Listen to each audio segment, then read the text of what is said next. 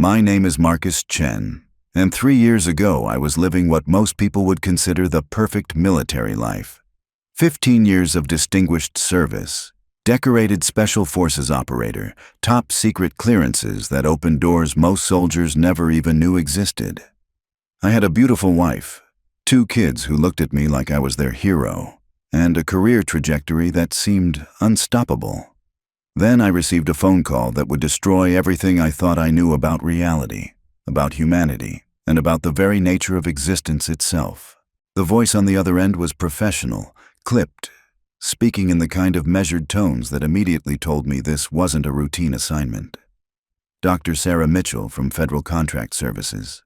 She introduced herself, though something about the way she said it suggested that wasn't her real name. She knew details about my classified operations that should have been buried so deep that even I sometimes wondered if they'd actually happened. Syria, Afghanistan, those off-the-books missions that never made it into official reports. She knew about the psychological evaluations, the stress fractures that came with seeing too much, doing too much, carrying secrets that weighed more than any equipment I'd ever hauled through hostile terrain. The offer was simple on its surface.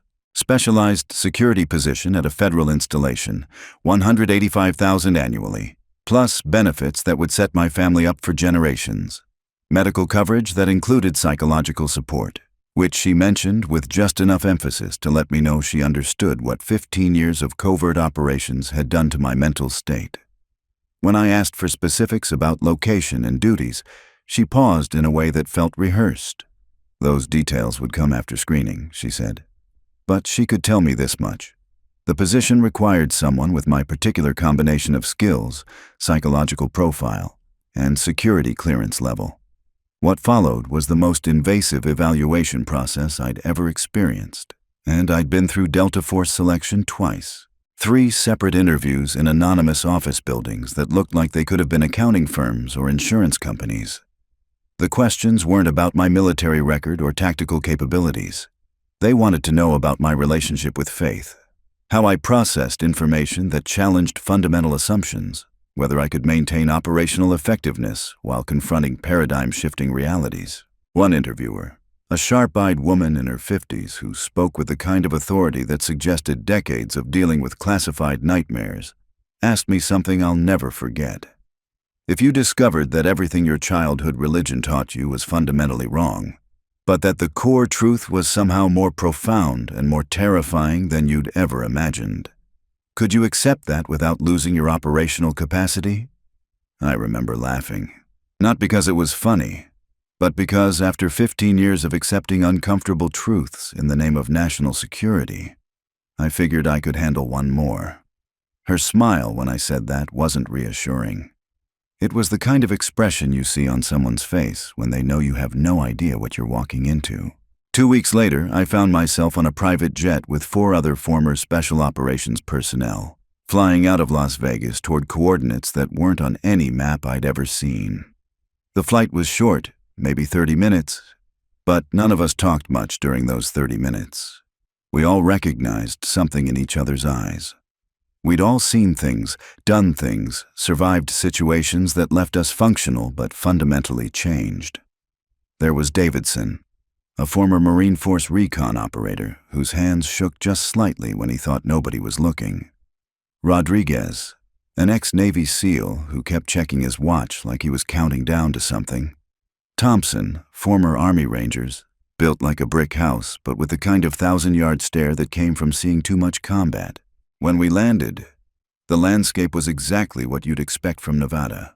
Desert stretching to the horizon, heat shimmer rising from tarmac, mountains in the distance that looked like they'd been carved from stone by some angry god.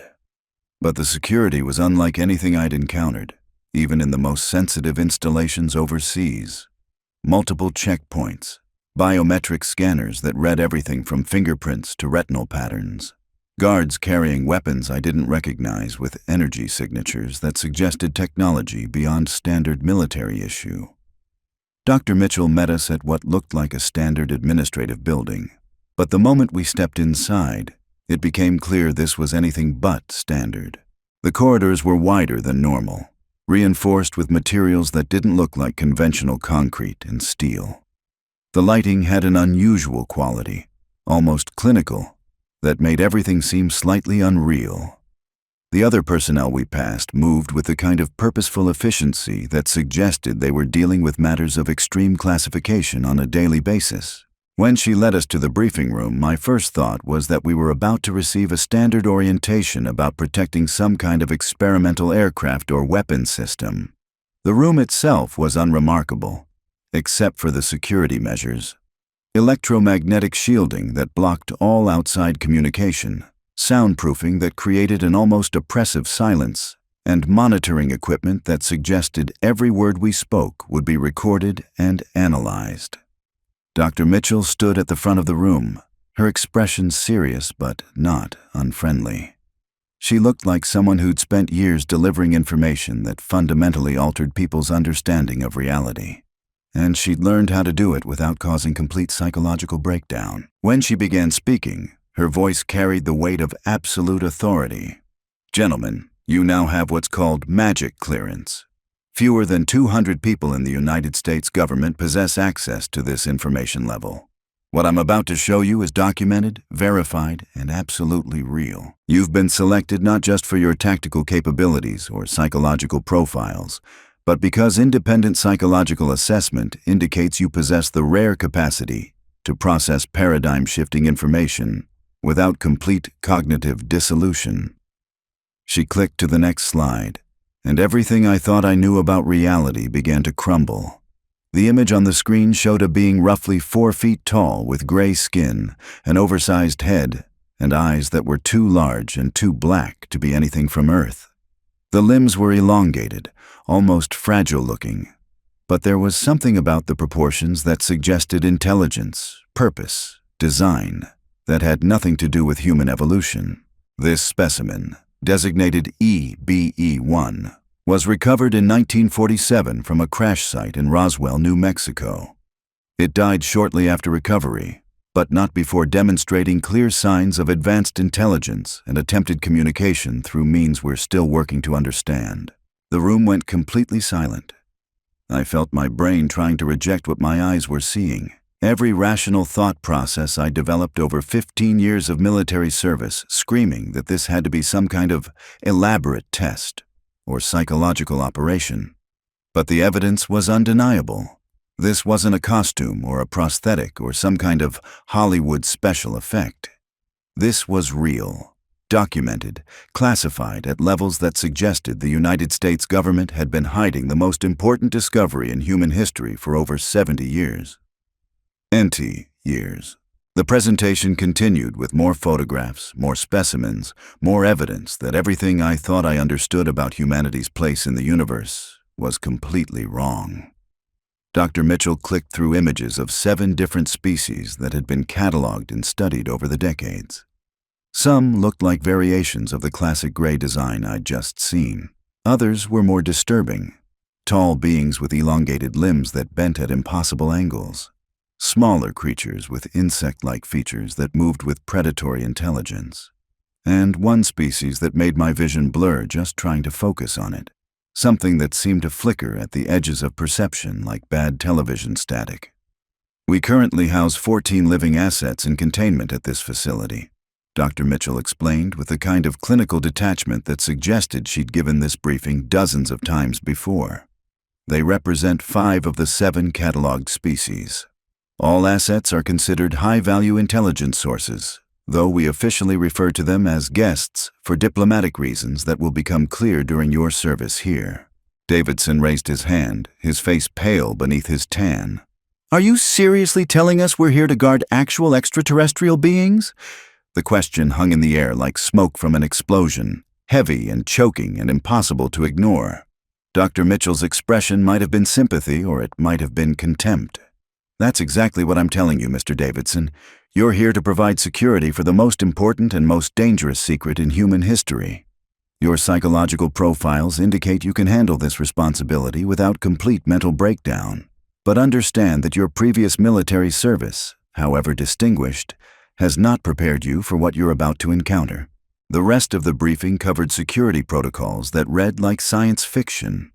Never communicate directly with any assets under any circumstances.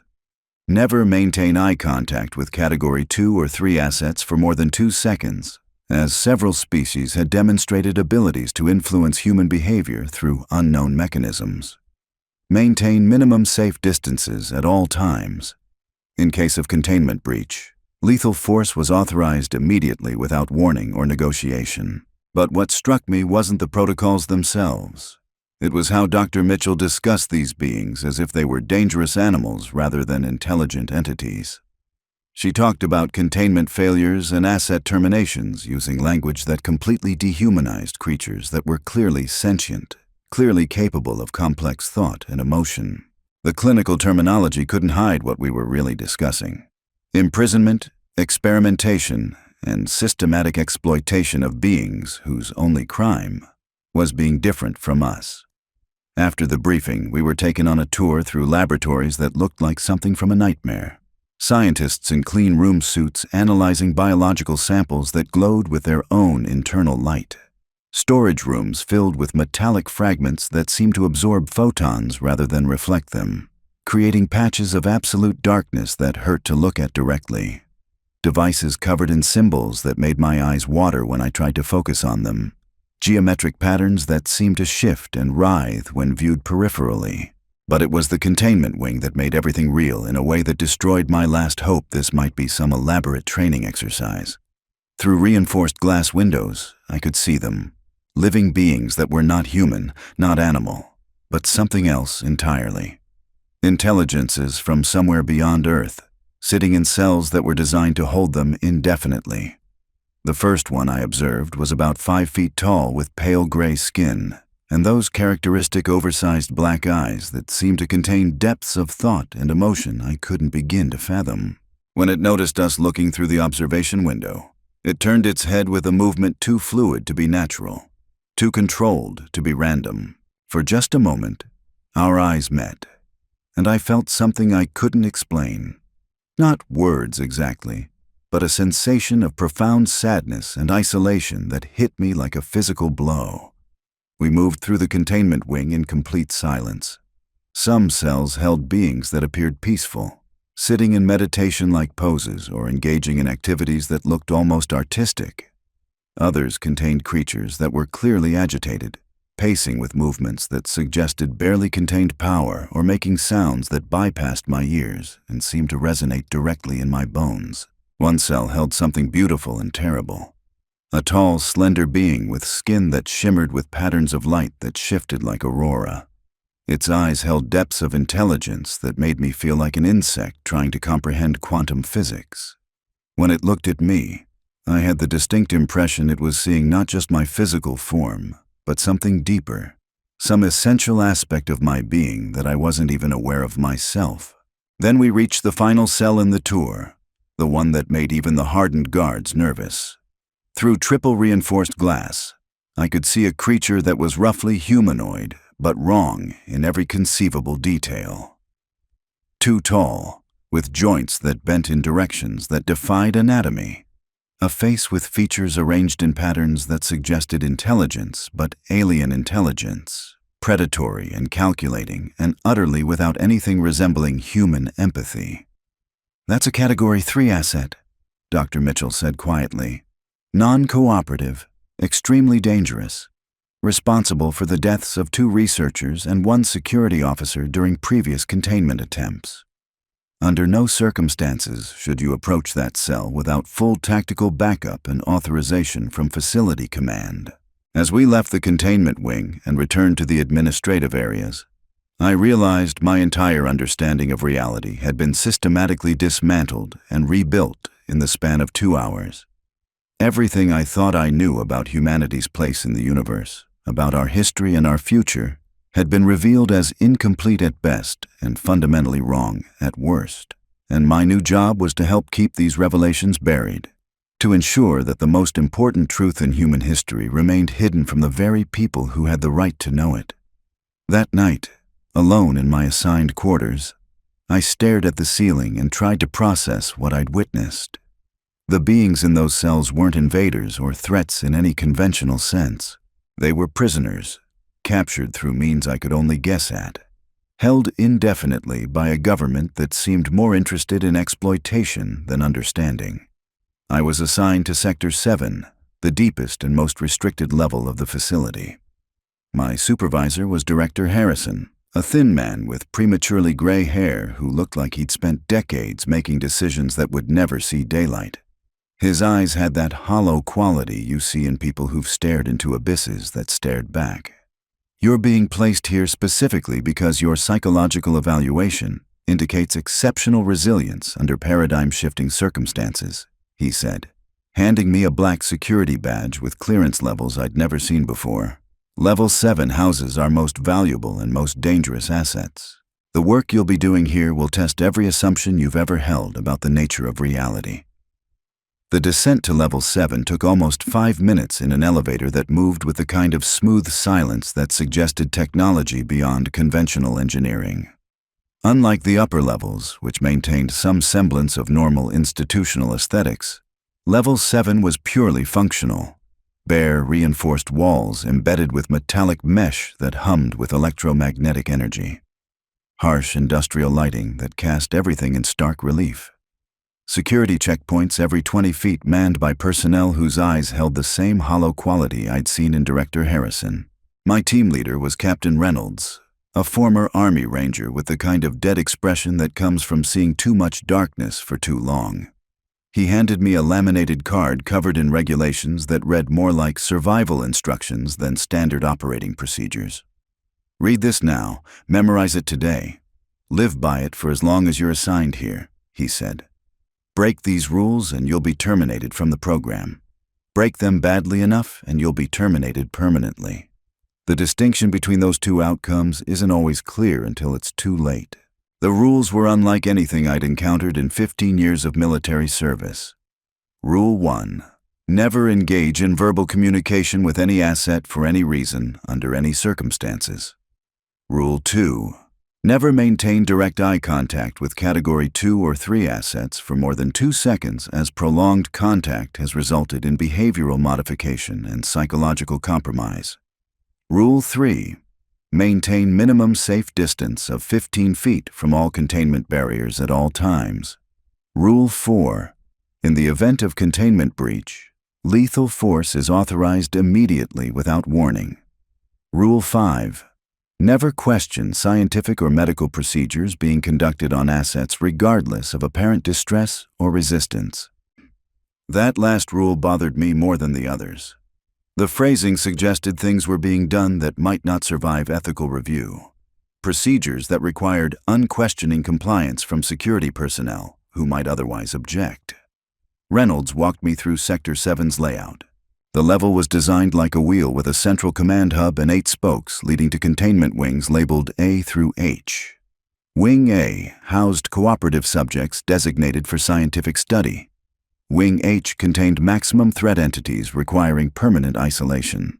The gradation between these extremes told a story about how these beings were classified and treated based on their willingness to submit to human authority. The containment cells were engineering marvels that spoke to both advanced technology and profound paranoia. 3-foot-thick reinforced concrete walls embedded with electromagnetic mesh. Environmental controls that could adjust temperature, pressure, and atmospheric composition within seconds. Gas systems capable of flooding cells with sedatives or, in extreme cases, lethal compounds. And weapon systems built directly into the walls that could deliver everything from electrical shocks to focused radiation bursts.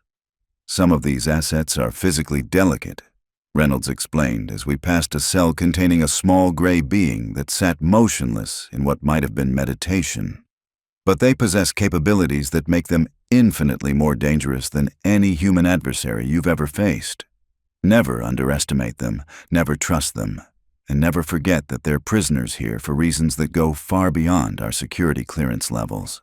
My security team consisted of 12 other former Special Operations personnel, all carrying the same hollow expression I was beginning to recognize as the standard look of people who'd seen too much truth. There was Lopez, an ex-Marine sniper whose hands had developed a slight tremor that suggested psychological stress beyond normal combat trauma. Jackson, a former SEAL built like a fortress but who jumped at unexpected sounds. Kowalski, former Army Special Forces who developed the habit of constantly scanning for exits, even in secured areas. We worked in 4-person teams on 8-hour shifts, providing security while scientists conducted research that seemed to push every ethical boundary I'd ever been taught to respect.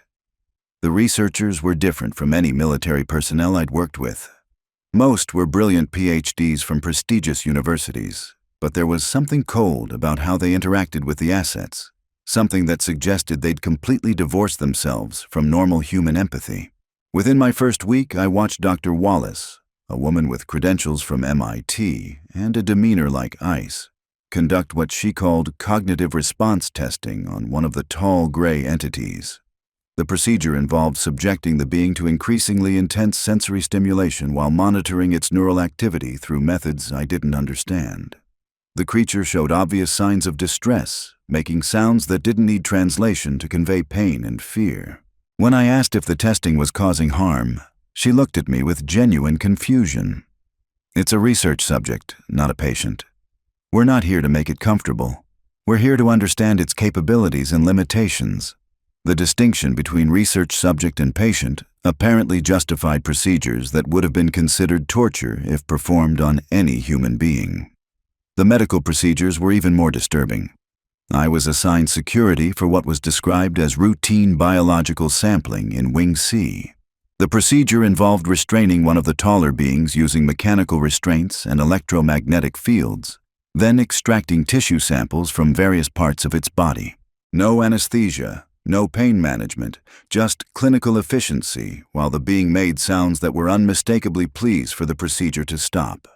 The lead physician, Dr. Pierce, noticed my discomfort and pulled me aside afterward. "I know how this appears, but these entities don't experience pain the way humans do. Their nervous systems are fundamentally different.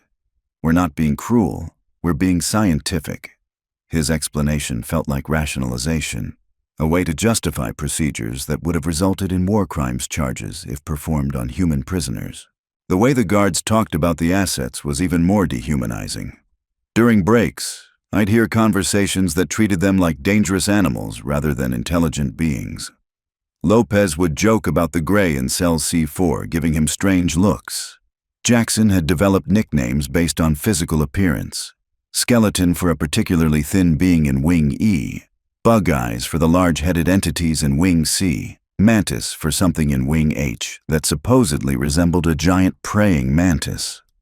By the end of my first week, I developed a routine of professional competence and growing moral unease. Every day I witnessed the systematic imprisonment and exploitation of beings that were clearly intelligent, clearly capable of complex thought and emotion. The justification that this was necessary for national security was starting to sound hollow when weighed against what I was actually seeing. These weren't invaders who'd forced their way into our world with hostile intent. Most had crashed here accidentally, been shot down by military aircraft, or been captured during covert operations I wasn't cleared to know about. They were prisoners of war in a conflict they'd never chosen to participate in, held indefinitely by a government that seemed more interested in exploitation than understanding. The breaking point came when I was assigned overnight security in Wing F, which housed what the documentation referred to as juvenile specimens. 3 of them in separate cells, younger members of their species captured under circumstances that suggested they weren't fully mature. They moved differently than the adults, with more curiosity and less of the weary resignation I'd observed in the other assets. One of them, a small gray entity about 3 feet tall, spent hours arranging colored blocks in patterns that suggested either play or mathematical exploration. Its movements had an innocence that reminded me of my own children working on puzzles at home. At one point during the night, it looked up at me through the reinforced glass, and instead of alien otherness, I saw something that looked remarkably like childhood curiosity and loneliness. That's when I realized what was really happening here. We weren't protecting humanity from hostile invaders. We were imprisoning beings whose only crime was being different, being in the wrong place when human military forces decided they represented a threat worth containing. and I was complicit in a system that treated intelligent entities like laboratory equipment, justified by classification levels and national security concerns that might not survive honest examination. The moral weight of what I was witnessing became unbearable during my third week at the facility. I developed a pattern of checking on the Juvenile in Wing F during my rounds, telling myself it was standard security protocol. But the truth was something about that small being reminded me of my daughter back home, the way she'd look at me when she was working on something complex, seeking approval or understanding. That night, the Juvenile had created something new with its colored blocks. Not random patterns like before, but what looked like a deliberate message. Geometric shapes arranged in sequences that suggested mathematical relationships, but also something else. When I studied the arrangement more carefully, I realized it was trying to communicate. The patterns matched star formations I recognized from basic astronomy, constellations visible from Earth arranged in ways that suggested the being understood our night sky. Standing there in that sterile corridor, looking at this creature's attempt to bridge the gap between our species through mathematics and shared celestial knowledge, I felt something fundamental shift inside me. This wasn't a dangerous animal or a research specimen. This was a child, separated from its family, trying to make contact with the only beings it had access to. And we were keeping it in a cage. That night changed everything for me. And what happened next would shake the very foundations of human understanding. When that being reached out to me telepathically, showing me visions of humanity's true origins and our engineered purpose in the cosmic order, I realized we weren't just imprisoning aliens. We were holding captive the very entities who had helped create us, who understood more about human nature and divine consciousness than we could possibly imagine. The truth about what we call God isn't what any religion taught us, but it's more profound than we ever dared hope. Question everything you've been told about our place in the universe, because the real story is just beginning to unfold.